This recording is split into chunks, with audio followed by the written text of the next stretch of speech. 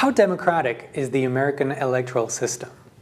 To answer this question, we have to look at how Americans choose their president. In fact, the US presidential election is an indirect process. The president is elected through what is called the Electoral College.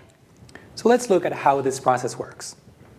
The US presidential election is a federal election, but one that is organized at the state level. While they cast a vote for a candidate, voters in fact select a group of electors for their state. The candidate winning more than 50% of the popular vote in a state receives all the electoral votes of that state. This is called the winner-takes-all system. When the Electoral College meets in state legislatures, only the pool of electors appointed by the party of the projected winner is seated. The number of electors per state is established by the Constitution. It is equal to the number of representatives, which is proportional to the size of the state's population, plus the number of senators, which is 2 for every state, regardless of the size of the population. The reason for selecting the president via electors is that the framers of the Constitution were very suspicious of direct democracy. Therefore, they designed a system that would prevent a person unfit for office from ever becoming president. But that is only one part of the story, really. In fact, the goal was to compensate for the demographic disadvantage of the slaveholding South.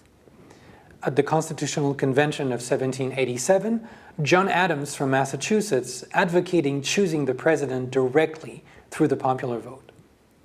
The problem is that it would have systematically placed southern states at a disadvantage because 1/3 of its population was made up of slaves. That is, 1/3 of non-voting individuals.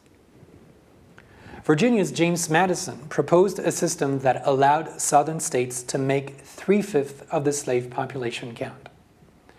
As a result, after the Constitution was adopted, Virginia received 12 of the 46 electoral votes needed to secure the presidency, namely more than a fourth.